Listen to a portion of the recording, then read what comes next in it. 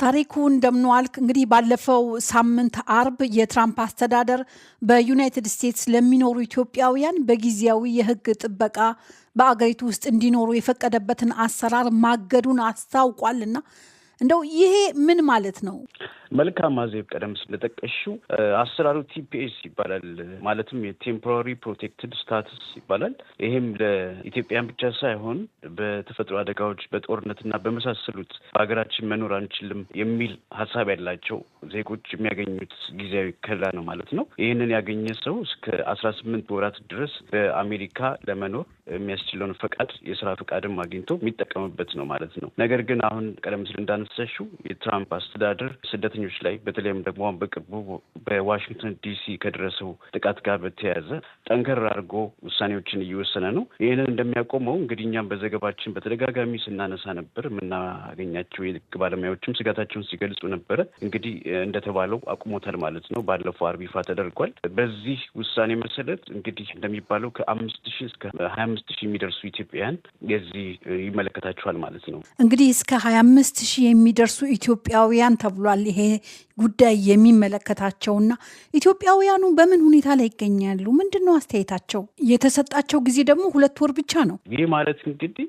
በቀጥታ ስንመለከተው አንድ ሰው የስራ ፈቃድ የለውም ማለት ውሳኔ ከተወሰነበት ጊዜ በኋላ ወይም ደግሞ በአሜሪካ በህጋዊ መልኩ የሚያስኖረው ይዞታ የለውም ወይም ፈቃድ የለውም ማለት ነው እና ብቁ ለማድረግ የሚያደርገውን መስፈርት አጥቷል፣ ስራውንም አጥቷል እና 60 ቀናት ውስጥ እንግዲህ እነሱ አስቀምጠዋል። ያሉት ምንድን ነው? በዚህ ጊዜ ውስጥ ራሳቸውን ዲፖርት እንዲያደርጉ ማለት ነው። የአሜሪካ መንግስት አመቻችቷል። እንደ ቦነስ ወይም እንደ ጉርሻ $1,000 እሰጣለሁኝ እንዲሁም ትኬት እቆርጣለሁ ነው የሚለው። ከዛ በኋላ ለቆዩት ግን ያው የህግ አስከባሪ አካላት በማሳደድ እና በማሰር ወደ ሀገራቸው በግዴታ እንዲመለሱ እናደርጋለን ነው የሚሉት። እንግዲህ ከዚህ አኳያ ኢትዮጵያኖች የሚጠበቅባቸው ከህግ ባለሙያዎች ጋር በመመካከር ምን ማድረግ እንደሚችሉ መፍትሄ መፈለግ ይኖርባቸዋል ማለት ነው። እንግዲህ ከዚህ ጋር ከጉዳዩ ጋር በቀጥታ በተያያዘ ጥቃት ይደርስብናል ወይም በሀገራችን ለመኖር አንችልም የሚሉ ሰዎች በተባበሩት መንግስታት ድርጅት ከሰብአዊ መብቶች ጋር የተያያዘ ስምምነት አለ እና ወደ 130 ሀገሮች የፈረሙት ስምምነት አለ። ከዚህ አኳያ ማንም ጥቃት ይደርስብኛል ወይም ይጎዳል ብሎ የሚያስብ ሰው የመቀበል ግዴታ አለባቸው። እንግዲህ አሜሪካም ከዛ አኳያ አንዷ ነች እና እንዲህ አንድ አይነት ጉዳዮች አሉ። ይህንን ኢትዮጵያውያንም ሆኑ ሌሎች የሚመለከታቸው ከህግ ባለሙያዎች ጋር በመመካከር መፍትሄ መፈለግ ይኖርባቸዋል። የኢትዮጵያውያንን አስተያየት ሰምተሃል? ምን ይላሉ? ይሄ ጉዳይ ያለባቸው ወይም ደግሞ የገጠማቸው ሰዎች እንግዲህ ቁጥሩ ቀላል አይደለም። ቀደም ሲል ባለስልጣናት እንዳስቀመጡት ወደ 27,000 የሚገመቱ ኢትዮጵያኖች ናቸው እና እነዚህ ኢትዮጵያኖች እንግዲህ ይህንን ፈቃድ አጡ ማለት አንደኛ ስራ አጡ ማለት ነው።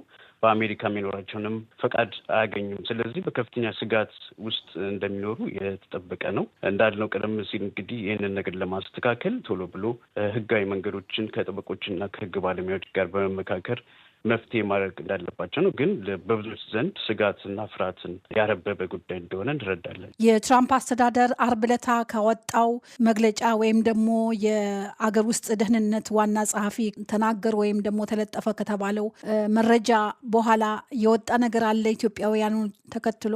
ከዛ በኋላ እንግዲህ ያው ህጉ ገና 60 ቀናት ውስጥ የተቀመጠው እና ያው ይጠብቃሉ ማለት ነው። በ60 ቀናት ውስጥ ይሄ የሚመለከተው ራሱን ያመቻቹት አፕሊኬሽን ወይም መተግበሪያ አለ። በዛ አማካኝነት እየገቡ ራሳቸውን ወደ ሀገሮቻቸው እንዲመለሱ ሁኔታዎችን እንዲያመቻቹ እየጠየቁበት እሱን ነው እንግዲህ ባለስልጣናት እየጠበቁ ያሉት።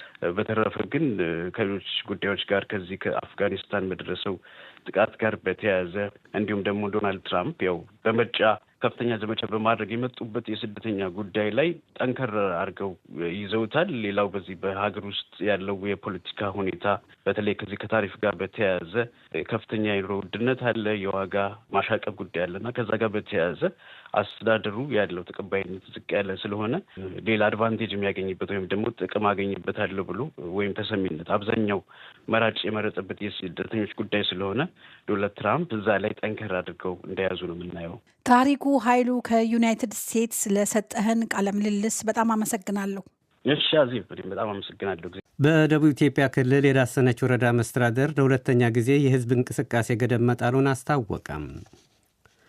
ኤርትራ ያለ ፍርድ ያሰረቻቸውን ወደ 10,000 የሚጠጉ እስረኞች ያለምንም ቅድመ ሁኔታ እንድትፈታ የተባበሩት መንግስታት ድርጅት የሰብአዊ መብቶች ኮሚሽን አሳሰበም።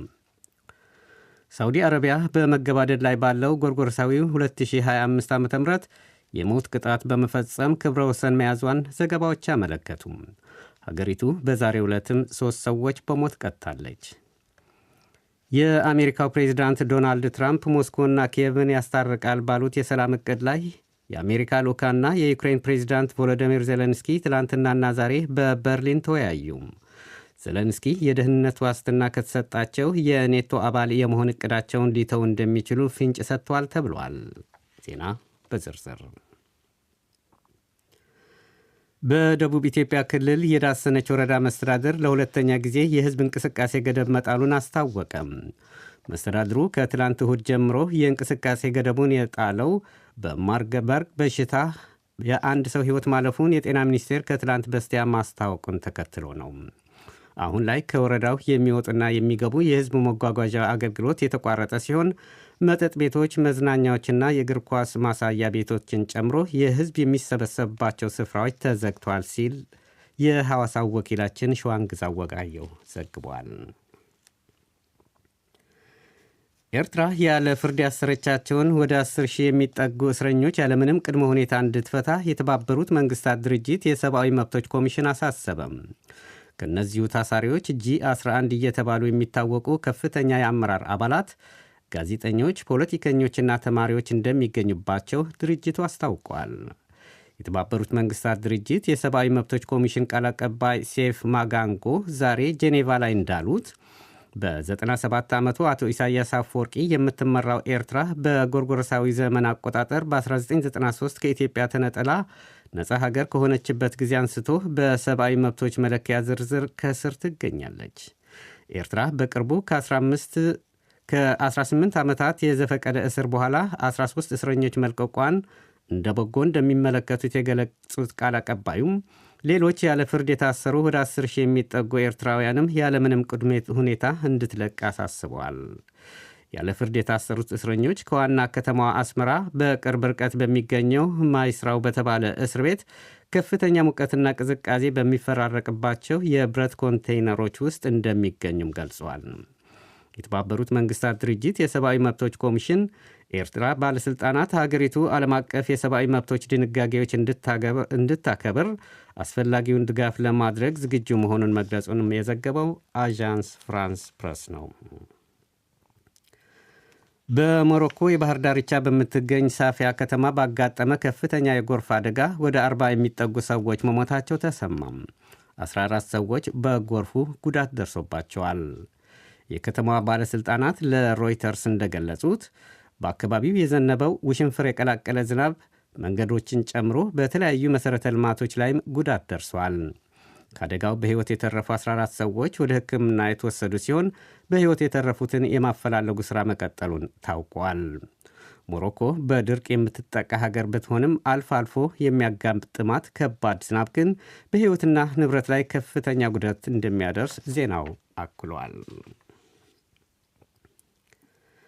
በዲሞክራቲክ ኮንጎ ዘላቂ ሰላም ለማምጣት በአሜሪካው ፕሬዚዳንት ዶናልድ ትራምፕ አሸማጋይነት የሩዋንዳው ፕሬዚዳንት ፖል ካጋሜና የኮንጎ ፕሬዚዳንት ፌሊክስ ቴሽኬዲ የሰላም ስምምነት ቢፈራረሙም በኮንጎ ውጊያው እንደቀጠለ ነው ተባለም። M23 የተባለው ቡድን ታጣቂዎች በደቡባዊ ኪቩ አሁንም እየፈጸሙት ባለው ጥቃት ሲቪሎች እየተገደሉ እየተፈናቀሉና ሴቶችም እየተደፈሩ እንደሆነ የሀገሪቱ የሰብአዊ መብት ተከራካሪዎች ተናግረዋል። የኤም23 ተዋጊዎች በቅርቡ የጎማና ቡካቡ ከተሞች ጨምሮ በርካታ ቦታዎች የተቆጣጠሩ ሲሆን የሰላም ስምምነቱ ከተፈረመ በኋላም ጥቃት መቀጠላቸውን የአካባቢው አስተዳዳሪ ካቡካ ላምባኩሪ ለዶቼ ቬለ ተናግረዋል። ታጣቂዎቹ በተቆጣጠሯቸው አካባቢዎች ሲቪሎች እንደሚገደሉና እንደሚፈናቀሉም አክለዋል። በሩዋንዳና ኮንጎ የተደረሰው የሰላም ስምምነት ለአካባቢ ሰላም ከማምጣት ይልቅ ለፖለቲከኞች የፖለቲካ ትርፍ፣ ለአሜሪካ ደግሞ ማዕድን እንድታገኝ ከመርዳቱ በቀር ይህ ነው የሚባል ለውጥ ማምጣት እንዳልቻለ የኮንጎ የሰብአዊ መብት ተከራካሪዎች ይተቻሉ። በኮንጎ የዲሞክራሲና የሰብአዊ መብት ተከራካሪ ፓይሳ ሙባላ ለዶቼ ቬለ የእንግሊዝኛ አገልግሎት በሰጡት አስተያየት ይህንኑ ሐሳብ አንጸባርቋል። ስምምነቱ ለአሜሪካኖቹ የኢኮኖሚ ጥቅም ማግኛ ከመሆኑ በዘለለ እንዳለመታደል ሆኖ በአካባቢው ላሉት ሕዝቦች ጥበቃ የሚያደርግ አልሆነም። እናቶችና ሕጻናት አሁንም እየሞቱ ነው። ሴቶች አሁንም እየተደፈሩ ነው። የሩዋንዳ የውጭ ጉዳይ ሚኒስቴር ኦሊቨር ንጉንዲ በበኩላቸው አሁንም ጦርነቶች መቀጠላቸው አምነው፣ ይሁንና ሁኔታዎች እየተሻሻሉ መሆናቸውን ገልጿል። ይህ ዶቼ ቬለ ነው። ሳውዲ አረቢያ በመገባደድ ላይ ባለው የጎርጎረሳዊን 2025 ዓ ም የሞት ቅጣት በመፈጸም የዓለም ክብረ ወሰን መያዟን ዘገባዎች አመለከቱም። ሀገሪቱ በዛሬው ዕለትም 3 ሰዎች በሞት ቀጥታለች። ዛሬ በመካ ከተማ የሞት ቅጣት የተፈጸመባቸው ሰዎች በግድያ ወንጀል ጥፋተኛ የተባሉ ሲሆን የየት አገር ዜጎች መሆናቸው ግን እስካሁን ይፋ አልተደረገም። ዓለም አቀፍ የመብት ተከራካሪዎች ሳዑዲ አረቢያ የሞት ቅጣት በመፈጸም ከፍተኛውን ቁጥር መያዟን በመግለጽ በተደጋጋሚ ሲወቅሱ ይደመጣሉ። ይሁንና በያዝነው የጎርጎሮሳዊ ዓመት ብቻ 340 ሰዎችን በሞት ቀጥታለች። ሀገሪቱ ባለፈው ዓመት 338 ሰዎች በሞት የቀጣች ሲሆን ዘንድሮ በሞት የተቀጡ ሰዎች ቁጥር በሁለት ከፍ በማድረግ የራሷን ክብረ ወሰን ሰብራለች ሲል የዘገበው የፈረንሳይ ዜና አገልግሎት ነው። በሞት ከተቀጡት አብዛኛዎቹ በአደንዛዥ እጽ ዝውውር የተከሰሱ እንደሆኑም ዜናው አክሏል። የአሜሪካው ፕሬዝዳንት ዶናልድ ትራምፕ ሞስኮና ኪየቭን ያስታርቃል ባሉት የሰላም ዕቅድ ላይ የአሜሪካ ልዑክና የዩክሬን ፕሬዚደንት ቮሎዶሚር ዜሌንስኪ ትላንትናና ዛሬ በበርሊን ተወያዩም። የአሜሪካው ልዑካን የአውሮፓ መሪዎችና የሰሜን ጦር ቃል ኪዳን ድርጅት ተወካዮችም በሰላም ዕቅዱ ላይ ማምሻውን በጋራ ይመክራሉ ተብሎ ይጠበቃል።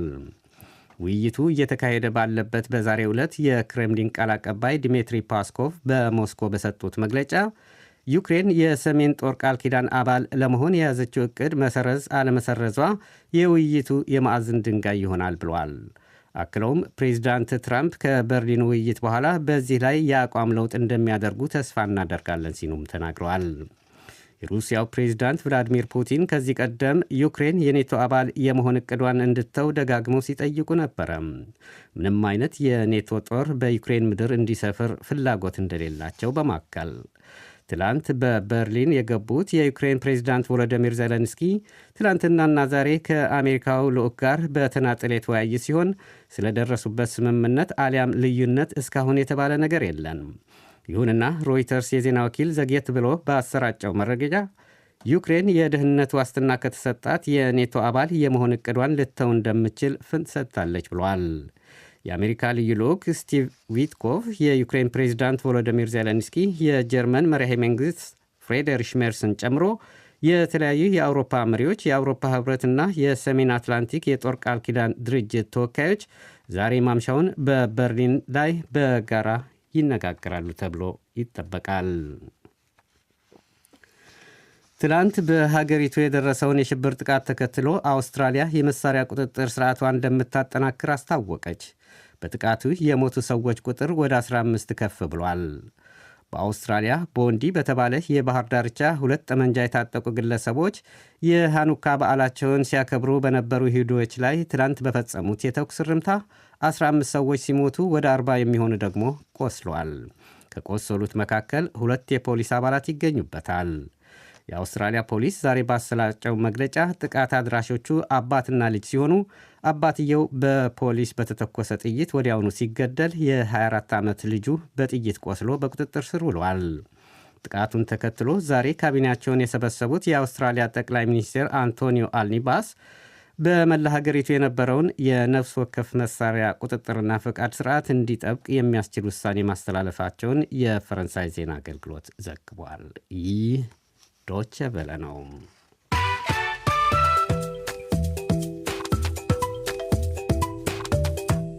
አድማጮች፣ ዜናውን ለማጠቃለል ዋና ዋናዎችን አንዴ በድጋሚ ላስታውሳችሁ።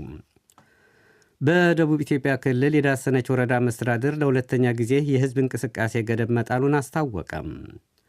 ኤርትራ ያለ ፍርድ ያሰረቻቸውን ወደ 10 ሺህ የሚጠጉ እስረኞች ያለምንም ቅድመ ሁኔታ እንድትፈታ የተባበሩት መንግስታት ድርጅት የሰብአዊ መብቶች ኮሚሽን አሳሰበም። ከእነዚሁ ታሳሪዎች G11 የተባሉ የሚታወቁ ከፍተኛ የአመራር አባላት፣ ጋዜጠኞች፣ ፖለቲከኞችና ተማሪዎች እንደሚገኝባቸው ድርጅቱ አስታውቋል። ሳዑዲ አረቢያ በመገባደድ ላይ ባለው የጎርጎርሳዊው 2025 ዓ ም የሞት ቅጣት በመፈጸም የዓለም ክብረ ወሰን መያዟን ዘገባዎች አመለከቱም። ሀገሪቱ በዛሬው ዕለትም 3 ሰዎችን በሞት ቀጥታለች። የአሜሪካው ፕሬዚዳንት ዶናልድ ትራምፕ ሞስኮና ኪየቭን ያስታርቃል ባሉት የሰላም ዕቅድ ላይ የአሜሪካ ልዑካንና የዩክሬን ፕሬዚዳንት ቮሎዶሚር ዜሌንስኪ ትላንትናና ዛሬ በበርሊን ተወያዩ። ዜሌንስኪ የደህንነት ዋስትና ከተሰጣቸው የኔቶ አባል የመሆን ዕቅዳቸው ሊተው እንደሚችሉ ፍንጭ ሰጥቷል ተብሏል። ዜናው በዚሁ አበቃም።